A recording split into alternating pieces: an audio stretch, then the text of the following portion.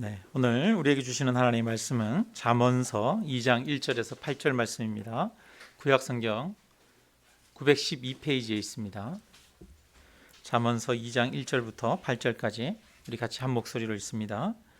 내 아들아, 내가 만일 나의 말을 받으며 나의 계명을 내게 간직하며 내 귀를 지혜에 기울이며 내 마음을 명철에 두며 지식을 불러 구하며 명철을 얻으려고 소리를 높이며 은을 구하는 것 같이 그것을 구하며 감추어진 보배를 찾는 것 같이 그것을 찾으면 여호와 경외하기를 깨달으며 하나님을 알게 되리니 대저 여호와는 지혜를 주시며 지식과 명철을 그 입에서 내심이며 그는 정직한 자를 위하여 완전한 지혜를 예비하시며 행실이 온전한 자에게 방패가 되시나니 대저 그는 정의의 길을 보호하시며 그의 성도들의 길을 보존하려 하심이니라.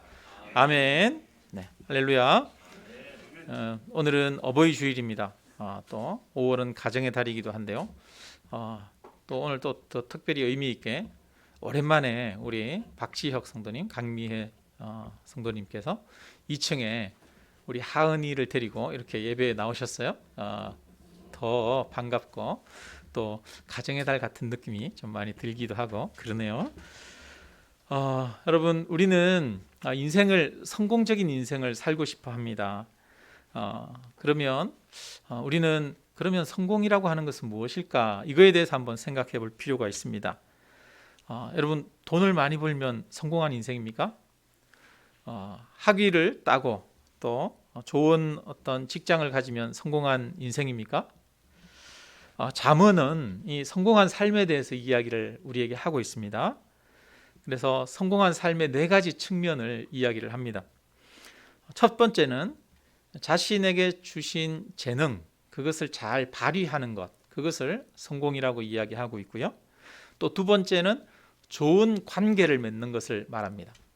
그리고 세 번째는 거룩한 품성을 가지는 것, 그리고 네 번째는 유혹에 넘어지지 않는 것, 이런 것들을 인생을 행복하게 살아가고 성공적인 삶을 살아가는 측면으로 그렇게 이야기를 하고 있습니다. 사람들은 보통 돈을 많이 벌거나 또 학업이나 일에서 큰 업적을 이루면 성공했다 이렇게 이야기를 합니다. 그런데 만약에 그 사람이 불행하다고 느낀다면 여러분, 그건 성공이 아니겠죠. 성공했다면 최소한 그 사람은 행복하다고 느껴야 할 것입니다. 또 그로 인해서 주변 사람들도 행복해져야 할 것입니다. 자신은 성공했는데 주변 사람들이 그로 인해서 다 불행해졌다면 그 성공은 정말 참 성공이 아니겠죠. 그래서 진정한 성공은 자기도 행복하고 또 주변의 사람들도 행복해야 하는 것이죠. 이런 성공의 측면 4가지를 우리가 한번 볼 때요. 한번 예를 들어 볼까요? 어떤 사람이 사업을 해서 돈을 많이 벌었어요. 그런데 아내와 이혼하고 또 자녀들과 관계가 끊어지고 그렇게 해서 정말 외롭고 힘들어요. 그러면 그 삶은 성공한 삶이다라고 이야기할 수가 없겠죠. 주변 사람들과 관계가 좋지 못한 것은 성공한 인생이라고 할 수 없습니다. 나이 많은 연세 많으신 어르신들을 대상으로, 노인들을 대상으로 설문조사를 했어요. 인생을 살아가는데 행복한 조건이 뭐냐 물었더니 첫째는 뭐라고 대답했을까요? 우리 성도님들은 첫째가 뭐라고 생각하십니까? 그렇죠. 첫째는 건강이라고 얘기를 했어요. 두 번째는 뭐라고 얘기했을까요? 가족이라고 얘기를 했습니다. 돈이 우선순위가 아니에요. 돈이 행복의 조건이 아니라 그것보다 더 중요한 것이 건강이고 또 사랑하는 사람들과의 관계라고 하는 것입니다. 우리 향남 아름다운 교회 모든 성도님들 건강하시기를 주님의 이름으로 축원합니다. 또 사랑하는 관계들을 만들어가고 회복해 가기를 주님의 이름으로 축원합니다. 우리는 성공한 인생이 되기 위해서는 품성도 길러야 됩니다. 예를 들어서 어떤 사람이 높은 지위를 얻었어요.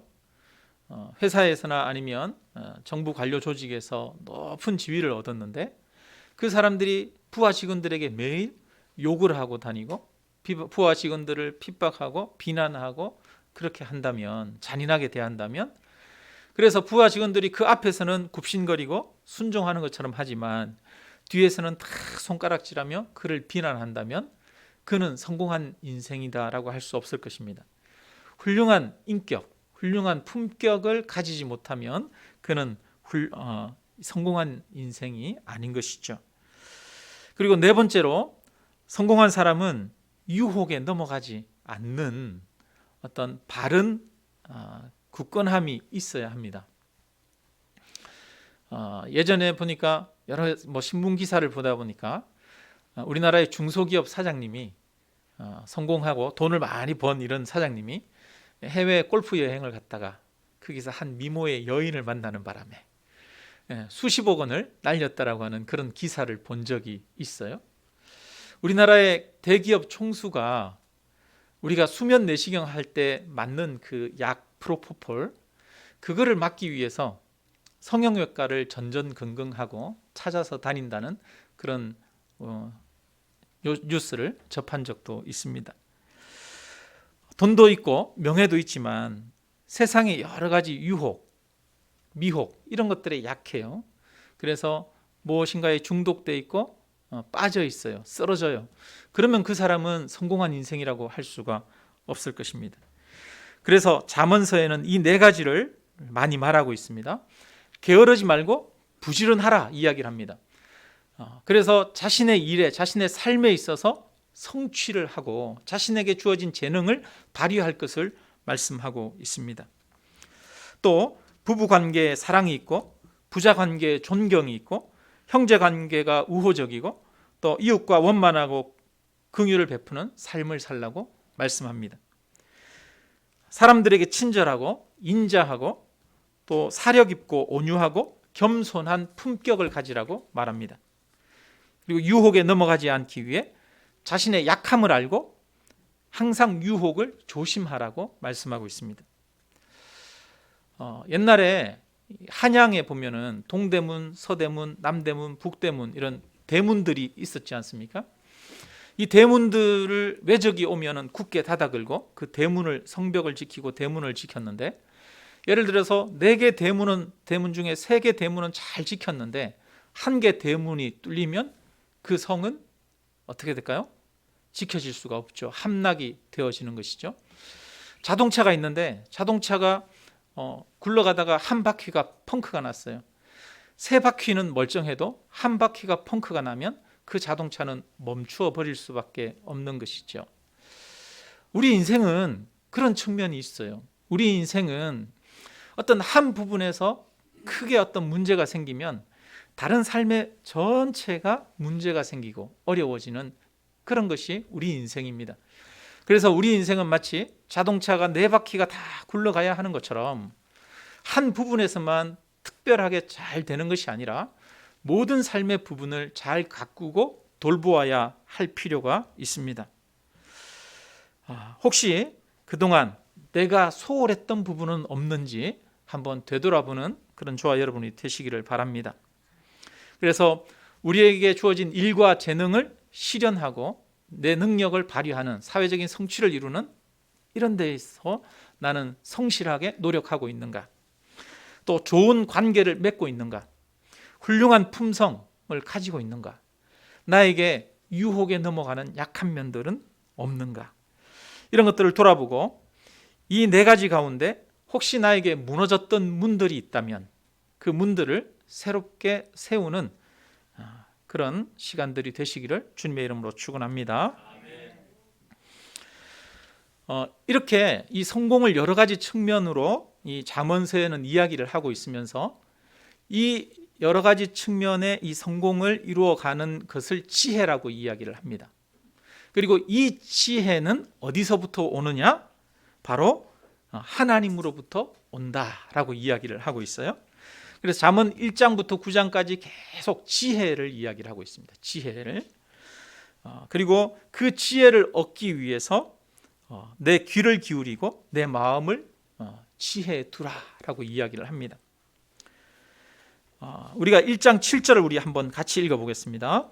1장 7절 같이 읽습니다. 여호와를 경외하는 것이 지식의 근본이거늘 미련한 자는 지혜와 훈계를 멸시하느니라. 2장 6절도 한번 같이 읽습니다. 2장 6절. 대저 여호와는 지혜를 주시며 지식과 명철을 그 입에서 내심이며. 아멘. 이처럼 삶을 조화롭게 성공적인 행복한 인생으로 이끌어가는 것을 지혜라고 하는데, 이 지혜는 어디에서 오느냐? 여호와를 경외하는 것이 지혜와 지식의 근본이다라고 이야기를 하고 있습니다.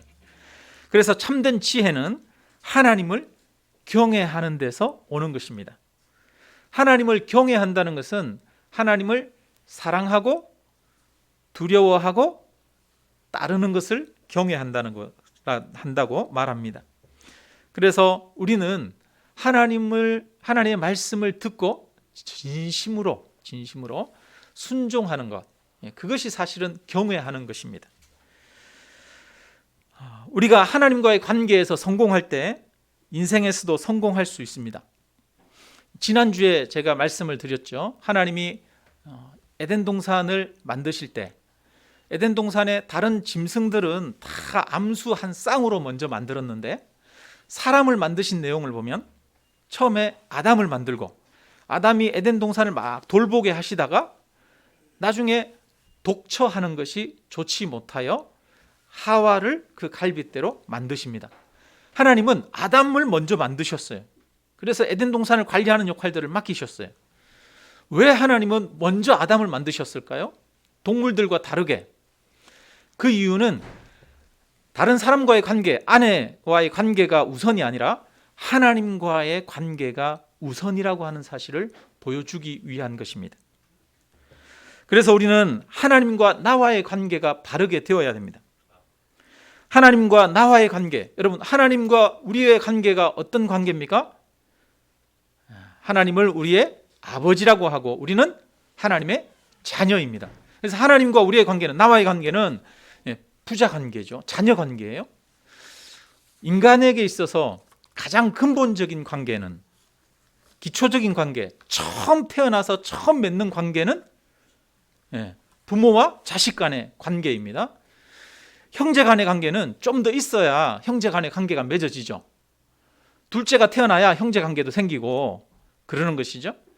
그리고 우정이라고 하는 것, 친구 관계는 유치원도 가고 초등학교 가고 그래야 친구 관계가 생기는 거예요.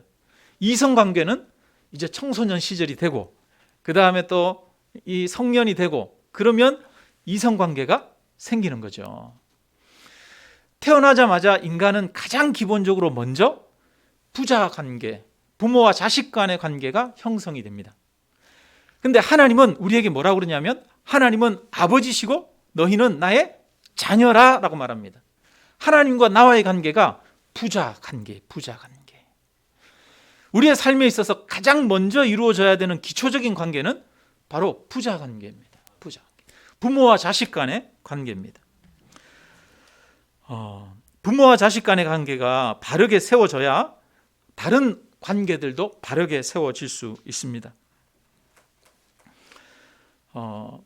우리가 가진 재능은 우리가 하나님으로부터 받은 선물이죠. 그래서 하나님과의 관계가 바르게 세워져서 내가 가지고 있는 능력이 하나님이 주신 것이다. 내가 가진 시간이 하나님이 주신 것이다. 하나님의 뜻하심이 있고 하나님의 목적이 있다. 이런 것들을 발견하고 깨닫게 될 때 그 사람은 열심히 인생을 살아가게 됩니다. 뿐만 아니라 하나님과의 나와의 관계는 다른 사람들과의 관계와에도 영향을 끼쳐요. 우리는 하나님의 사랑을 알아야 됩니다. 하나님의 사랑은 무조건적인 사랑이죠. 우리를 있는 모습 그대로 우리의 존재 자체를 받아주는 사랑이에요. 우리가 잘하고 못하고와 상관없이 그럼에도 불구하고 우리를 사랑하시는 것이 하나님의 사랑입니다.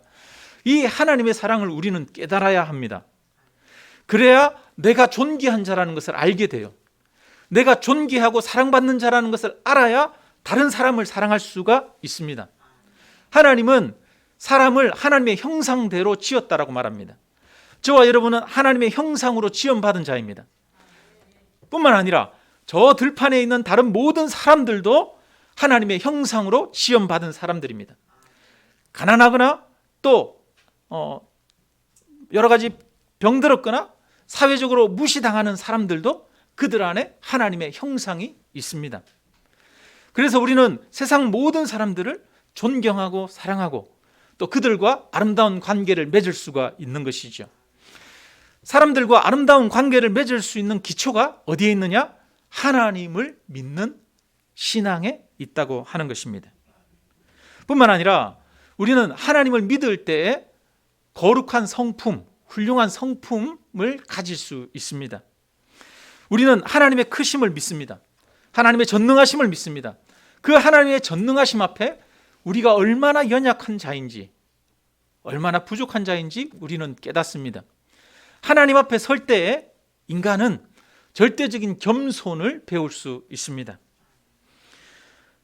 우리가 하나님 앞에 설 때 하나님이 우리의 인생을 이끄시고 붙드시고 인도하신다는 사실을 전심으로 믿을 때 우리는 조바심 내지 않고 인내하는 법을 배우게 됩니다. 사람들을 기다려 줄 수 있는 마음도 배우게 됩니다. 그래서 하나님을 믿을 때 인격이 성장하고 품격이 생기는 것이죠.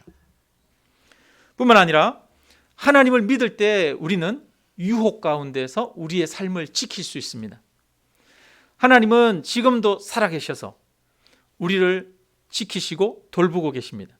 하나님은 어디에서나 항상 우리와 함께 하십니다. 이것을 전심으로 믿을 때 우리는 아무도 없는 은밀한 곳에서도 우리 자신을 유혹으로부터 지킬 수가 있는 것이죠. 그래서 진정으로 성공한 삶은 하나님을 경외하는 데서 오는 것입니다. 하나님이 성공한 삶, 행복한 삶을 사는 데 기초가 되는 것입니다. 그래서 지혜가 하나님으로부터 옵니다.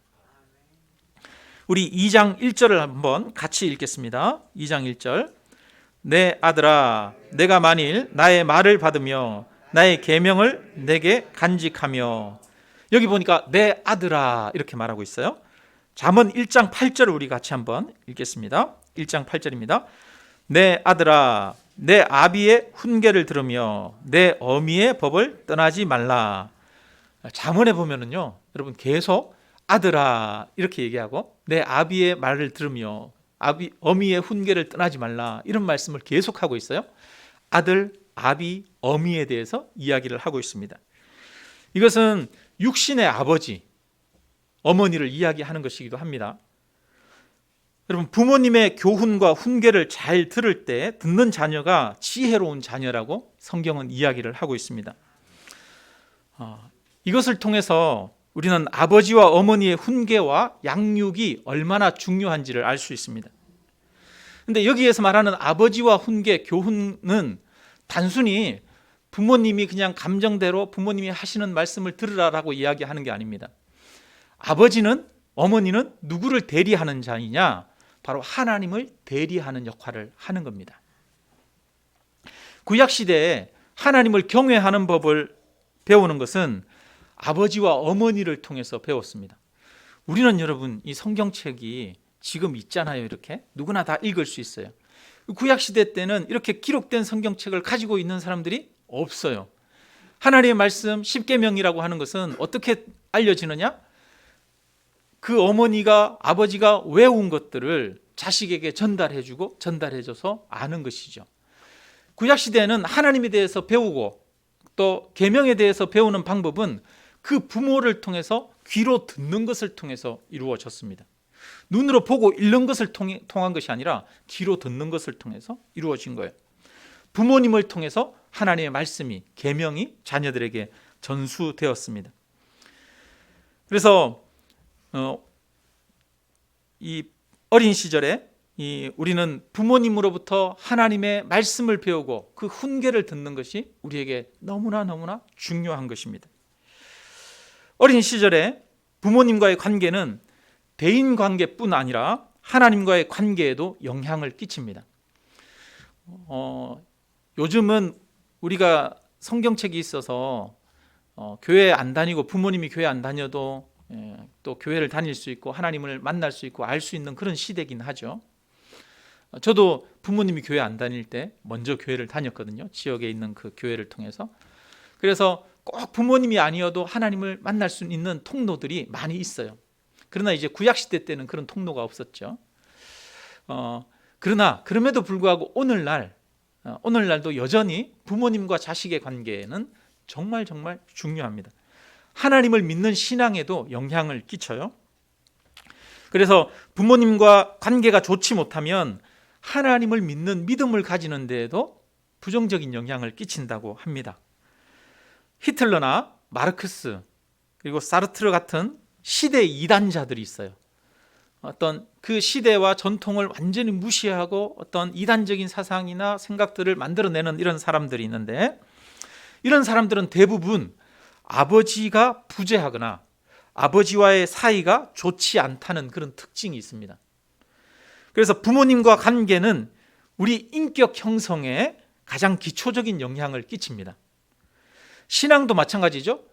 아까 말씀드렸다시피 하나님과 나와의 관계가 아버지와 자녀의 관계예요. 이것이 다른 모든 삶의 기초예요.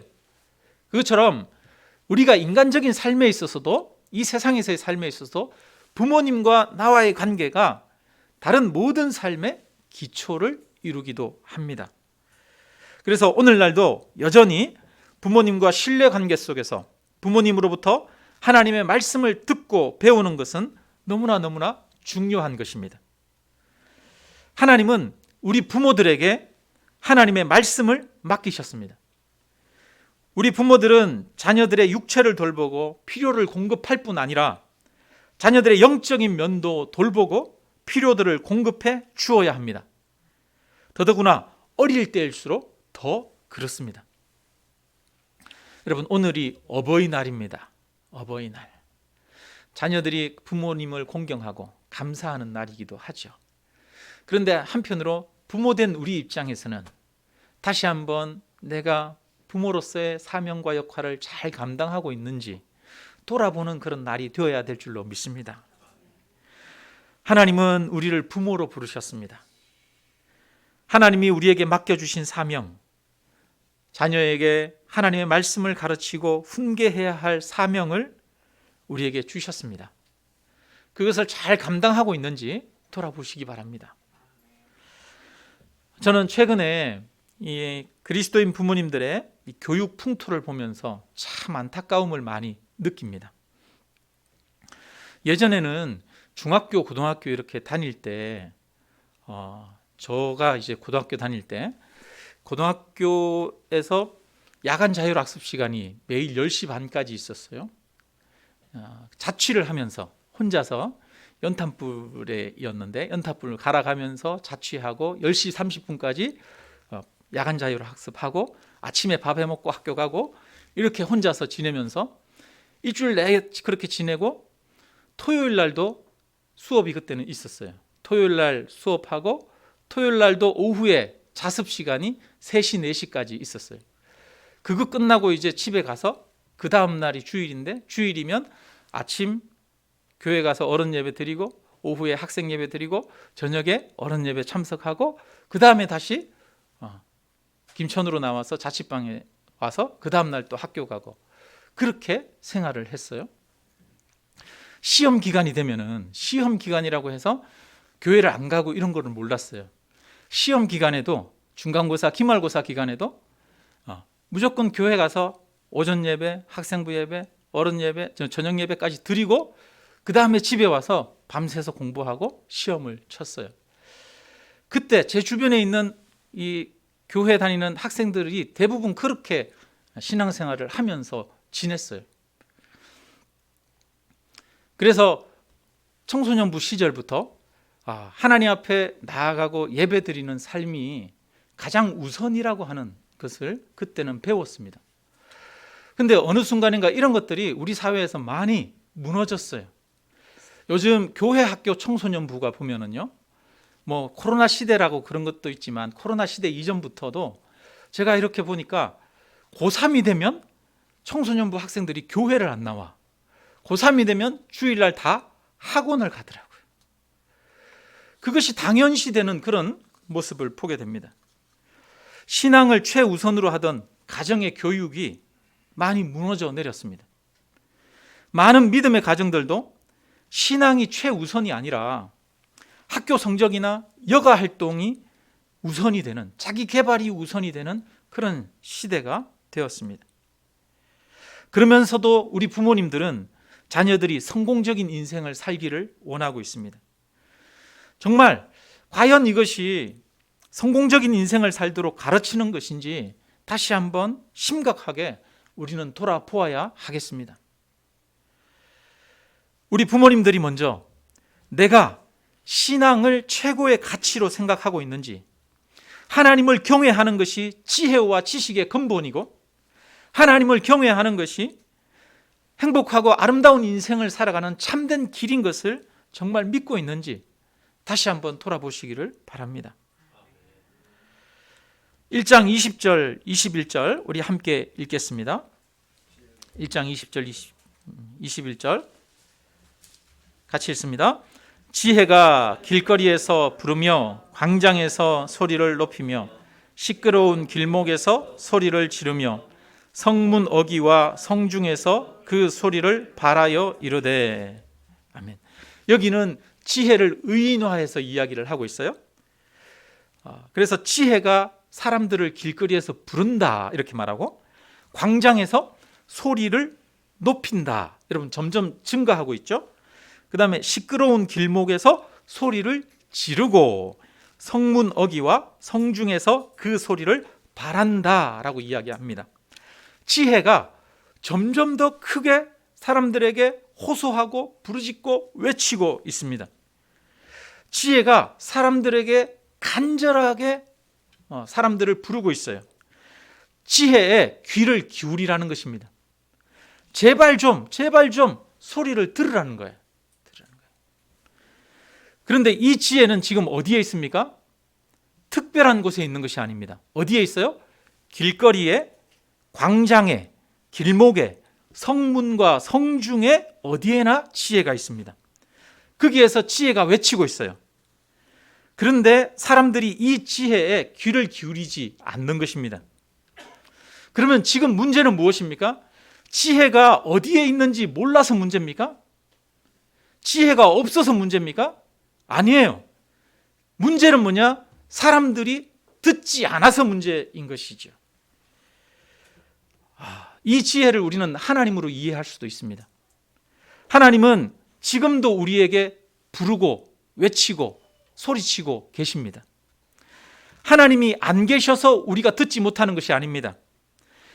나는 하나님을 못 만났는데, 나는 하나님을 경험한 적이 없는데 왜 나는 이렇게 하나님이 함께 하시지 않는 것처럼 느껴지지? 여러분 그렇게 느낍니까? 하나님이 내 곁에 없어서 그런 것이 아닙니다. 하나님은 길거리에도 있고 광장에도 있고 성중에도 있고 성문 앞에도 있습니다. 어디에 서든지 하나님은 지금도 우리를 향해서 외치고 계십니다. 부르고 계십니다. 주님은 저와 여러분을 지금도 부르고 있습니다. 그런데 문제는 뭡니까? 우리가 그 하나님의 부름에 귀를 기울이지 않는 거예요. 귀를 막아버린 거예요. 듣고자 하지 않는 겁니다. 그래서 예수님도 말씀하시죠. 들을 귀 있는 자는 들을지어다. 누가 듣습니까? 들을 귀 있는 자가 듣습니다. 누가 하나님을 만납니까? 하나님의 음성에 귀 기울이는 자가 하나님을 만납니다. 그런데 사람들이 하나님께 귀 기울이지 않습니다. 듣지를 않습니다. 하나님의 음성이 없어서 문제가 아니라 제 아무리 설교를 못해도 듣고자 하는 자에게는 하나님의 음성이 그를 통해 들릴 것입니다. 하나님의 음성을 듣고자 귀 기울이는 자에게는 일을 하다가도 하나님의 음성이 들립니다. 사람들과의 만남 속에서도 하나님의 뜻을 깨닫게 되어집니다. 하나님의 인도하심이 우리에게 역사하고 있는 것을 삶 속에서 경험하게 되어집니다. 저도 언제 기도가 제일 많이 되느냐, 이 텃밭에 나가가지고요 풀 뽑고 있으면서 기도가 돼요. 텃밭에 나가서 풀 뽑고 있으면서 생각하면서 기도하는데 하나님의 생각이, 하나님의 뜻이 깨달아지고 마음이 깨달아져요. 이렇게 잡초가 나는 것을 보면서도 제 마음이 깨달아지고 제 삶의 모습이 보이고 그래요. 우리가 듣고자 하면 하나님은 우리에게 다양한 곳에서 다양한 방법으로 말씀하십니다. 근데 문제는 들으려고 하지 않습니다. 귀 기울이지 않습니다. 1장 27절 28절에 이렇게 말합니다. 너희의 두려움이 광풍같이 임하겠고 너희의 재앙이 폭풍같이 이르겠고 너희에게 근심과 슬픔이 임하리니 그때에 너희가 나를 부르리라. 그래도 내가 대답하지 아니하겠고 부지런히 나를 찾으리라. 그래도 나를 만나지 못하리니. 여러분, 삶의 위기가 닥쳐오는 거예요. 그때서야 하나님을 부르고 하나님을 찾아요. 근데 하나님을 만나지 못하고 찾지 못할 거라고 그래요. 여러분, 왜 그렇습니까? 이때 찾는 것은 하나님을 찾는 것이 아니기 때문이에요. 뭐를 찾고 구해요? 내 삶의 위기가 오니까 당장에 뭐를 해결하기를 원해요? 내 삶의 문제만을 해결하기를 원하는 것이지 하나님을 구하는 것이 아니에요. 하나님께 귀 기울이는 것이 아니에요. 하나님을 사랑하고 하나님의 뜻에 초점을 맞추는 게 아니에요. 내 문제에 초점을 맞추는 거죠. 그러다 보니까 하나님의 음성이 여전히 들리지 않는 거예요. 우리가 해야 할 것은 하나님의 뜻에 귀를 기울이는 겁니다. 하나님의 말씀을 듣는 것입니다. 사람들에게 문제는 하나님이 아니 계신 것이 아니고 하나님이 멀리 계신 것이 아닙니다.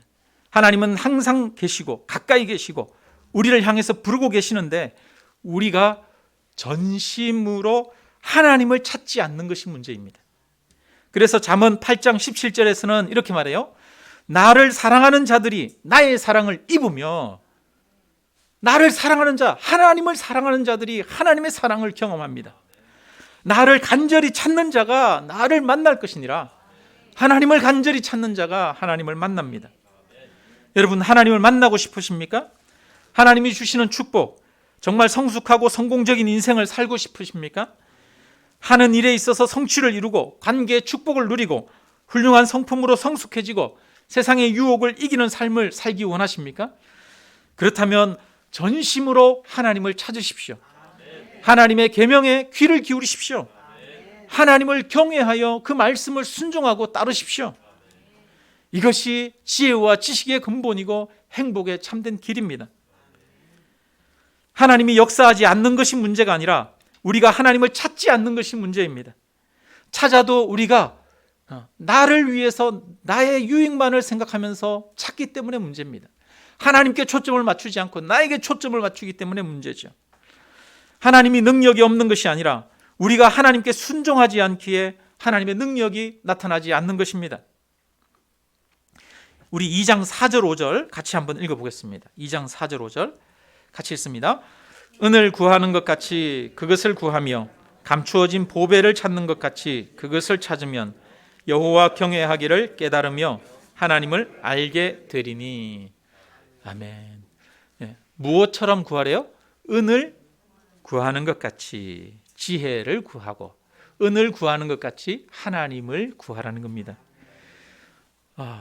은은 오늘날로 따지면 뭘까요? 오늘날로 따지면 금덩어리, 막 보석 이런 것만을 의미하는 게 아니라 이 당시에 은은 그냥 일상적으로 통용하는 돈이었어요. 그래서 돈을 구하는 것 같이 하나님을 구하라는 거예요. 여러분, 우리는 얼마나 돈을 많이 구합니까? 오늘날 사람들은 정말 열심히 돈을 구합니다. 여러분, 매일 돈 생각 안 하고 하루 넘어가는 날 있어요? 매일 돈 생각하죠. 요즘 젊은이들은 주식이나 아니면 코인에 투자한다고 광풍이 불고 있다고 합니다. 어떻게 하면 돈을 더 많이 벌까? 어떻게 하면 돈 많이 주는 직장을 얻을까? 어디에 투자하면 이익이 생길까? 이 물건은 얼마짜리인가? 온통 돈을 생각합니다. 하루에도 수십 번 사람들은 돈을 생각합니다. 하나님도 사람들이 이 돈을 생각하고 돈을 좋아하는 것을 알아요. 가만히 보니까 사람들이 맨날 뭐를 제일 많이 생각해요? 돈을 제일 많이 생각하는 거예요. 돈을 제일 좋아하는 거예요. 그러니까 하나님이 비유로 말씀하셔요. 돈을 구하는 것처럼 제발 무엇을 구해라? 하나님을 좀 구해봐라. 이 이야기를 하고 계시는 겁니다. 예수님은 여기 보니까 보물을 찾는 것 같이 하나님을 찾으라고 말하고 있어요. 예수님도 천국은 마치 밭에 감추인 보화를 발견한 사람과 같다.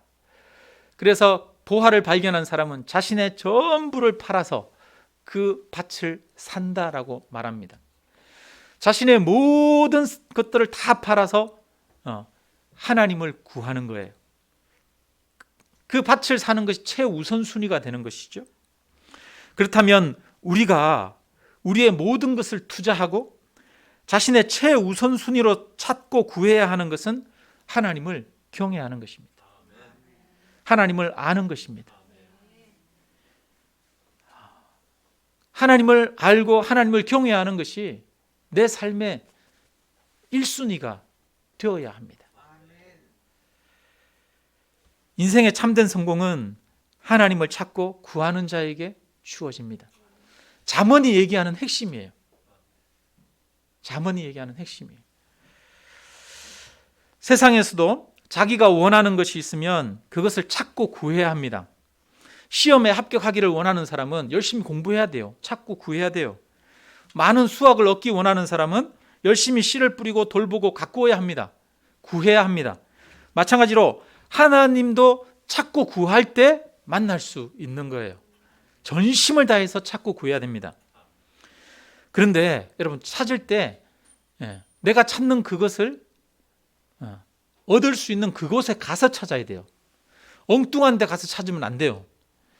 시험 기간에 시험을 치는데 중간고사가 있는데 범위가 있는데 범위가 아닌 엉뚱한 것을 공부하고 시험 치러 가면 시험을 잘 칠 수가 없어요. 산삼을 찾는데 바다로 가면 산삼을 찾을 수가 없어요. 그것이 있는 곳으로 가야 돼요. 여러분, 인생의 행복을 찾는데 엉뚱한 데 가서 찾으면 인생의 참된 행복, 참된 성공을 맛볼 수가 없어요. 그곳이 있는 곳으로 가야 됩니다. 그곳이 어디입니까? 바로 하나님을 찾고 구하는 것입니다. 지혜가 하나님께 있고 참된 인생의 행복이 하나님으로부터 우리에게 주어집니다. 그래서 내 욕구가 이루어지기를 구하는 것이 아니라 하나님의 마음을 알기를 구하고 하나님을 뜻을 구해야 합니다. 하나님을 경외하는 법 배우기를 구해야 합니다. 그래서 우리 모두 내 인생의 1순위가 하나님을 구하고 찾는 것이 되어서 진정으로 성공적인 인생, 하나님이 복 부어 주시는 그런 인생이 되시기를 주님의 이름으로 축원합니다. 우리 함께 찬양 드리고 기도 드리겠습니다.